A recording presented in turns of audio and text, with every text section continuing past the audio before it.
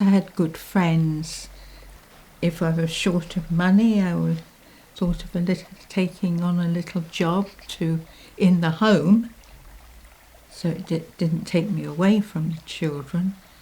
And I did dressmaking for quite a while.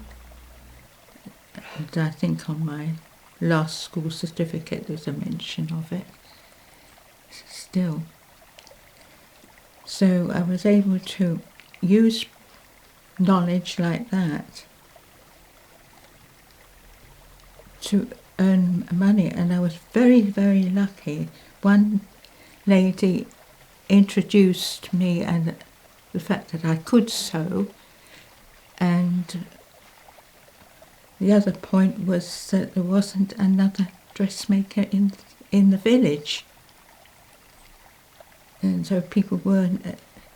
I got too much of it at times, especially when they were at holiday times, and at this time of year when people had parties and things to go to, and they wanted a new dress or something to be altered. And it's interesting the fact that when, for example, a person had gone to the sales and they bring back an item and to fit it for them, they really appealed to them, and they had more appreciation. Not that there wasn't any appreciation with the new clothes that I made. And would hear stories about, I wore your evening dress and it happened to be one of the Vogue dresses. There was a lot of work in it to make it look right, and it was a joy to know how to measure a person and to make that item look like the picture on that person. What is the secret to do? There again, it's knowledge, isn't it? It is knowledge, and it was learned at school. And my father-in-law, Peter's father, was in the tailoring, and he taught himself. But tailoring I didn't do. I hadn't got that quite touch. But to make an item fit a person perfectly, and I wasn't put off with, it'll be all right. Something. No, it won't. I actually made a skirt for a lady, and I was quite particular about it because, people go in and out of their bodies are different from one person to another. There's shape. And I got it just right. And then a little while later, she told me that her father-in-law was a valet to the Queen's father, our Queen's father, and always complimented on how nice that skirt was. Another time I had a friend who had a business of materials and so on, and I had a big book with like a catalogue of dresses and what have you like that, and I also had the samples of materials. It was a great help, especially in the village. There's few shops, and they can't always get out of the village. I'm talking about when I was a young person. It's different now, and it's meant a lot.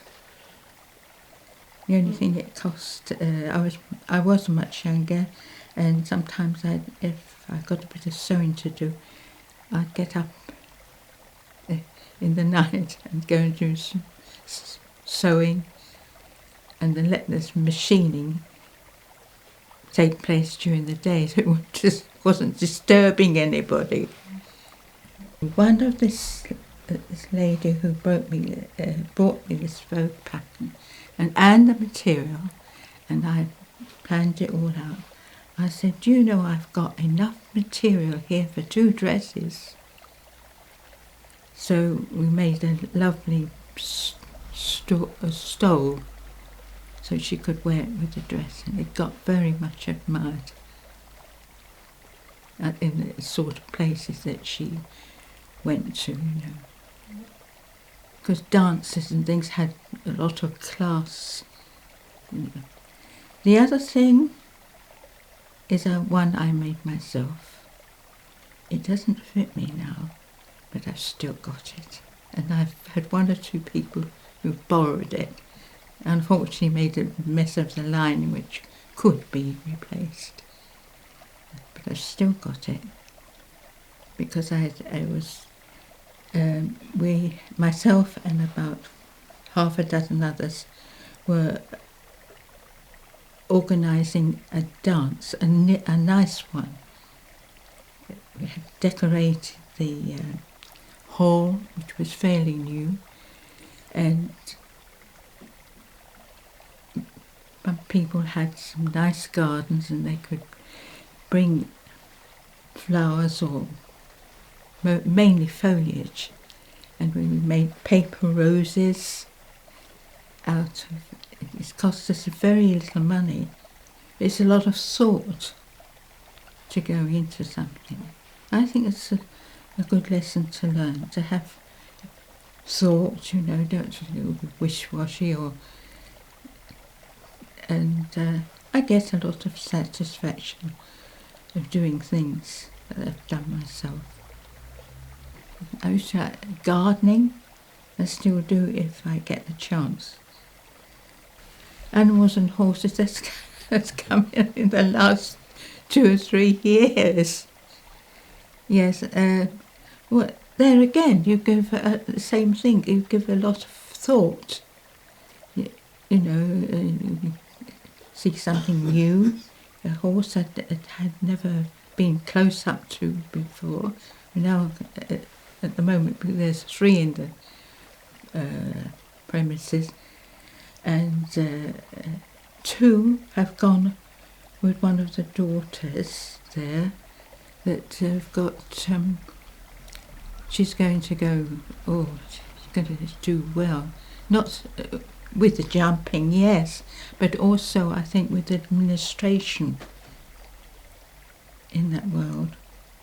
You give thought to what you're doing. Don't just sort of half-handed about it.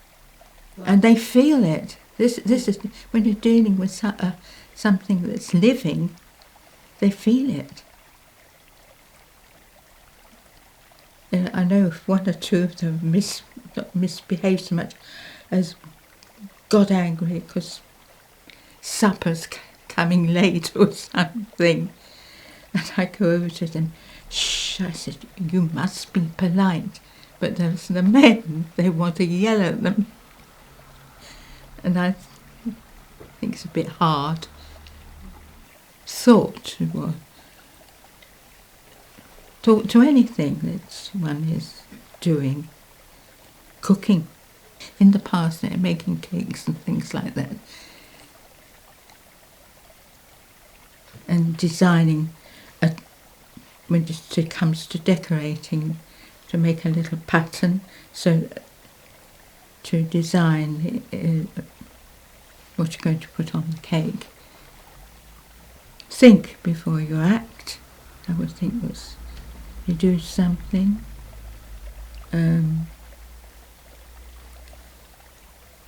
When it came to coming here, my husband was working here. It was in North Germany. It spoke about the space world.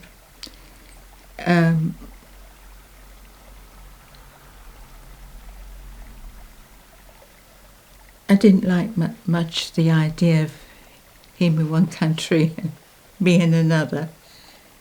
It was one thing going off to work on a Monday and coming back on a Friday, but they can't do that when it's involving another country, especially with some people who go to the other side of the world to work, don't they?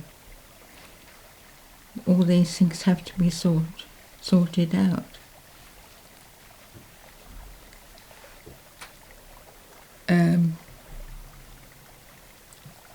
No, I just thought about it when I brought them over, and they three of them saw what it was like here in Germany, and they knew that there was a big difference. Like in the shops, the cost of things, the availability of things, and all that sort of thing. Yes, it is. So I wrote it down. And actually I just mentioned here that when one has a problem, shall I do this or shall I do that? Well, if you make a list for for and against, and then look at the list and see which, it's a good idea to help make a decision about something. Anyway, we did bring them to Germany, and in this part of the world it is very good to live in this kind of part of the country, although some people tell me that other counties in Germany are very good, and the main thing I thought was with the education and the health system. Admittingly, things are costing more, but the way of going about everything, I think, is much to be applauded. And although in recent times that one decided to go to Israel, and another one now has decided to stop in Britain but regrets it. But the one that went to Israel got killed, unfortunately. And so, but I think if one thinks about what one's going to do and tries to tidy up what the ideas that they have, try and put oneself out of one's normal way of going on, and really examine all points, you're not sorry. You know that to your own satisfaction, knowing you've done the right thing, even if there's some antagonism that comes from young people. You know they're better or brighter or something. Yes. My family seemed to, when I say my family, the greater family, is has a whole history over the centuries of moving around. It seems to be in the blood. When some of them have met up with others, say in the United States, they seem to know all about the other. It's nice, isn't it? Yes. And they look very much the same. Some of my grandchildren, they came to see us, and Millie was busy, so would we mind them? And they just sort of took to us even I like some animals will take to people and others not.